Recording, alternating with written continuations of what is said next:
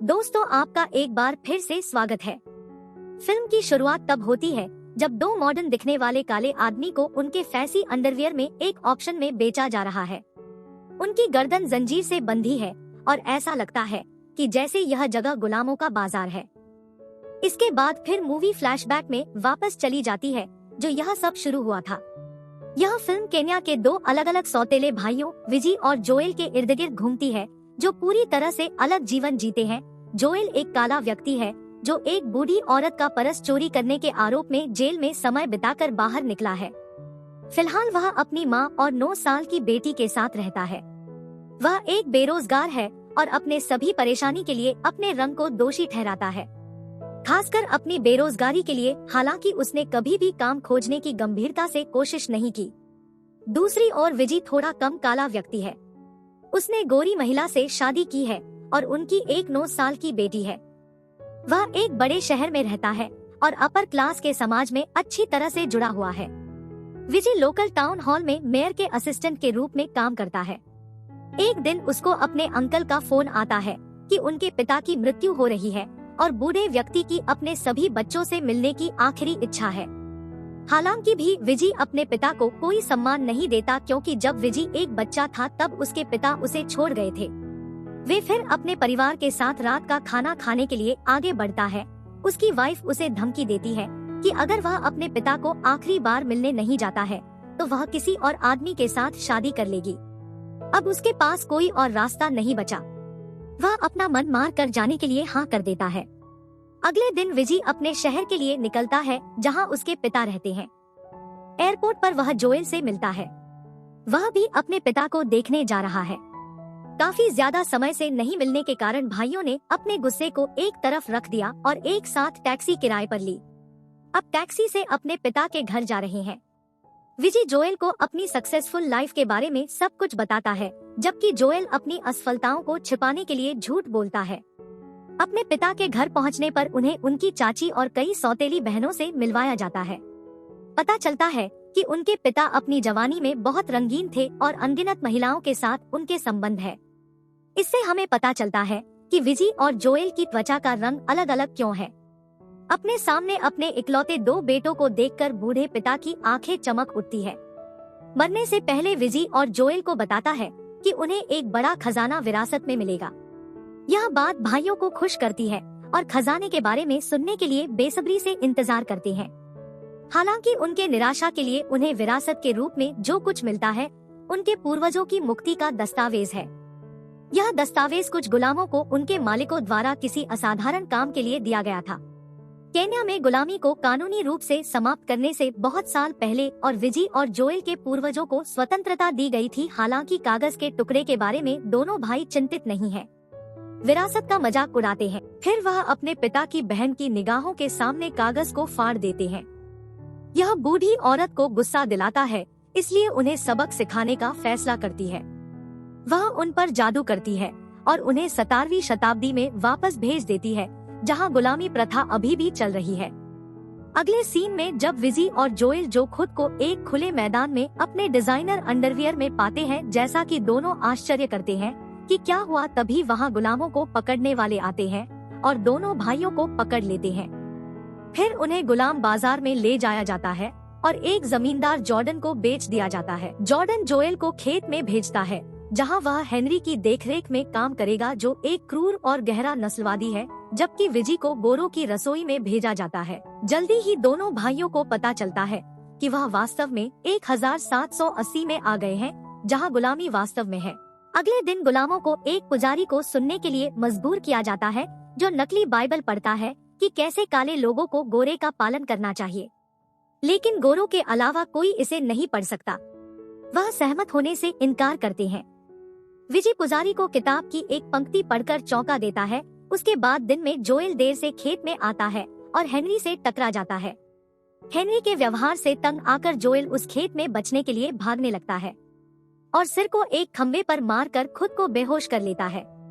उसकी हरकतों से सब उसके ऊपर गाली गलौज करते हैं। उस रात विजी को जॉर्डन के कार्यालय में बुलाया जाता है, जो उनकी पढ़ने की क्षमता को स्वीकार किया जाता है, जो जॉर्डन उसे एक चतुर गुलाम होने के लिए उसकी तारीफ करता है और उसे हेनरी के साथ गुलामों को नियंत्रित करने का विशेष अधिकार देता है। इस बीच जोएल अपने घावों का इलाज एक गुलाम रोजलिन से करवा रहा है। उन्हें मिले हुए केवल 5 मिनट हुए हैं, लेकिन जोएल उसे से फ्लर्ट करता है, उसे पसंद करने लगा है। सही समय देखकर वह किस करने के लिए झुक जाता है। ठुकराने के बाद फिर रोजलिन ने बताया कि वह इसे इसाडोर नाम के एक गुलाम से प्यार करती है। जोएल की निराशा के लिए अभी बहुत कुछ बाकी था।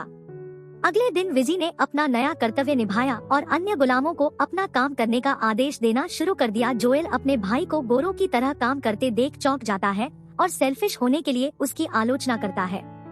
हालांकि विजी उसकी परवाह नहीं करता और अपने नए मास्टर के प्रति वफादार बना रहता है और पूरे दिन अपने काम की रिपोर्ट जॉर्डन को देता है। आखिरकार व्हाइट परिवार में सभी को विजी की पढ़ने की क्षमता के बारे में पता चल जाता और वे उसका मजाक उड़ाने लगते हैं।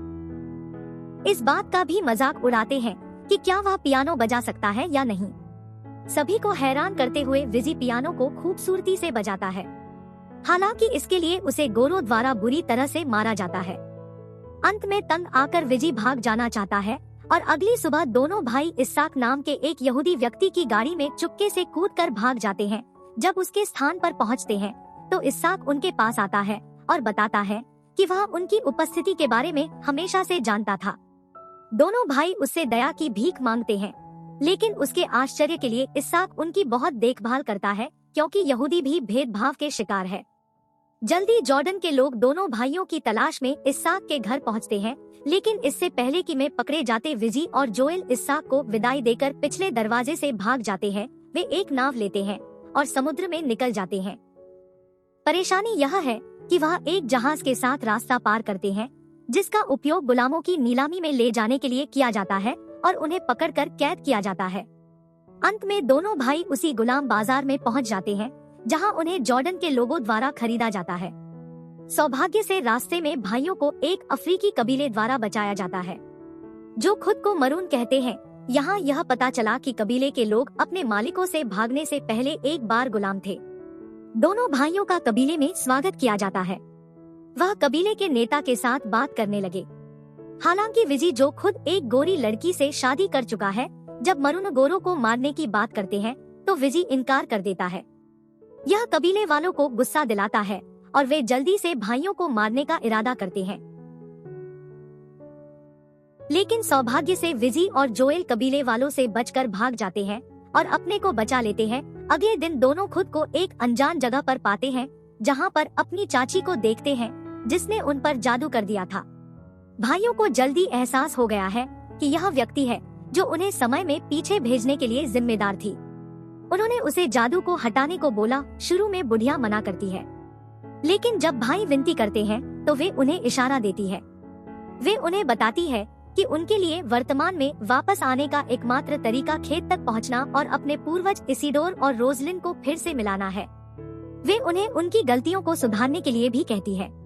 वह शायद जोएल का जिक्र कर रही है, जो अपनी परदादी के साथ किस करने की कोशिश कर रहा था। वह महिला अपने पीछे एक विशेष पाइप छोड़ जाती है और भाइयों को निर्देश देती है कि जब वह अपना मिशन पूरा कर ले तो इससे धूम्रपान करें। जैसे ही भाइयों ने स्थिति से निपटने के तरीकों पर विचार किया, जोएल को अचानक याद आया कि ऐसा क्यों लग रहा था कि इसाडोर किसी अन्य व्यक्ति के साथ गलत काम कर रहा था। उसने अपने फोन पर घटना का एक वीडियो भी रिकॉर्ड किया और विजी को दिखाया।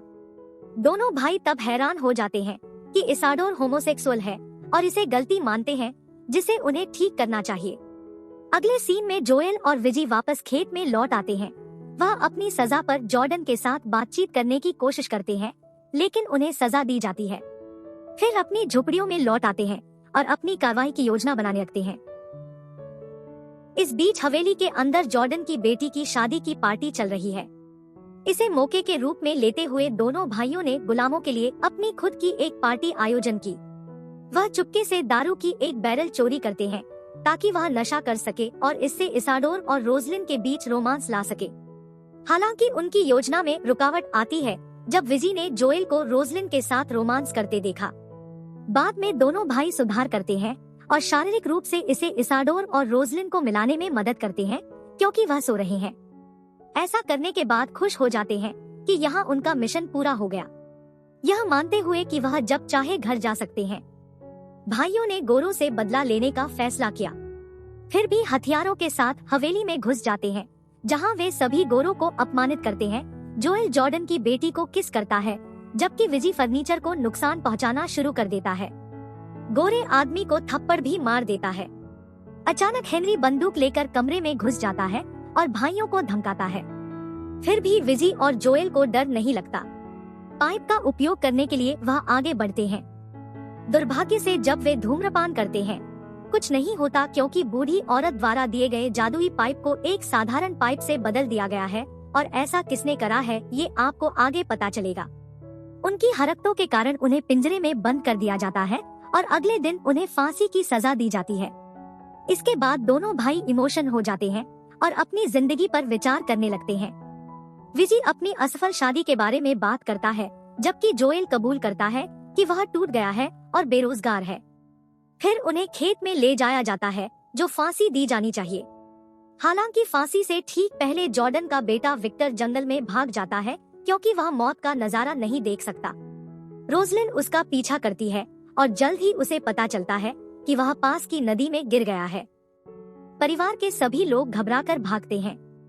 हालांकि इसाडोर हंगामे का फायदा उठाता है और भाइयों को बचाता है और हेनरी का सर फोड़ देता है। फिर वह उन्हें भागने को बोलता है। जैसे ही भाई भागते हैं, वह विक्टर को देखते हैं जो नदी में बह रहा है।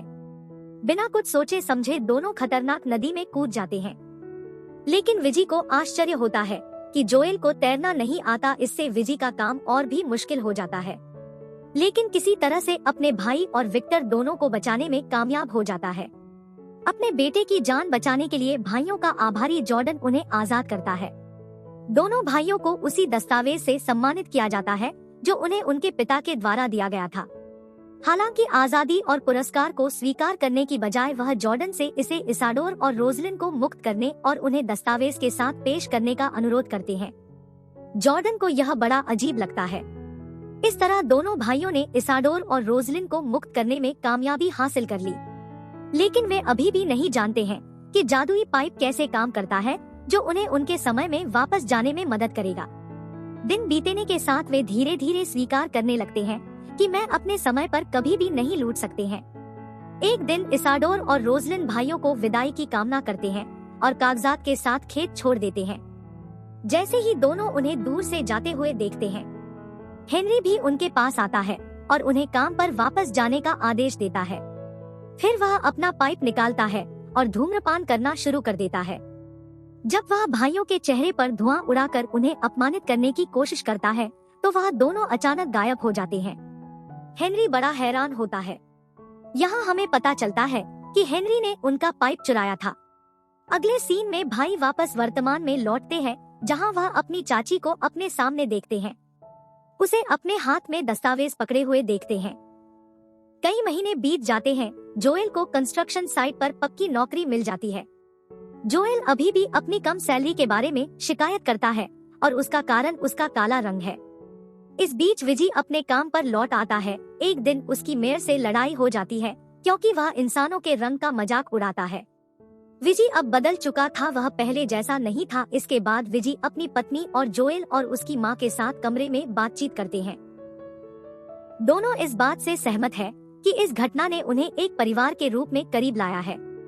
तभी उनकी बेटियां आपस में लड़ते हुए उस दस्तावेज को फाड़ देती है। दोनों भाई घबराहट में अपनी बेटियों की तरफ दौड़ते हैं और यहाँ पर फिल्म खत्म हो जाती है। आप अपनी राय कमेंट में जरूर बताना। आपका दिन शुभ हो।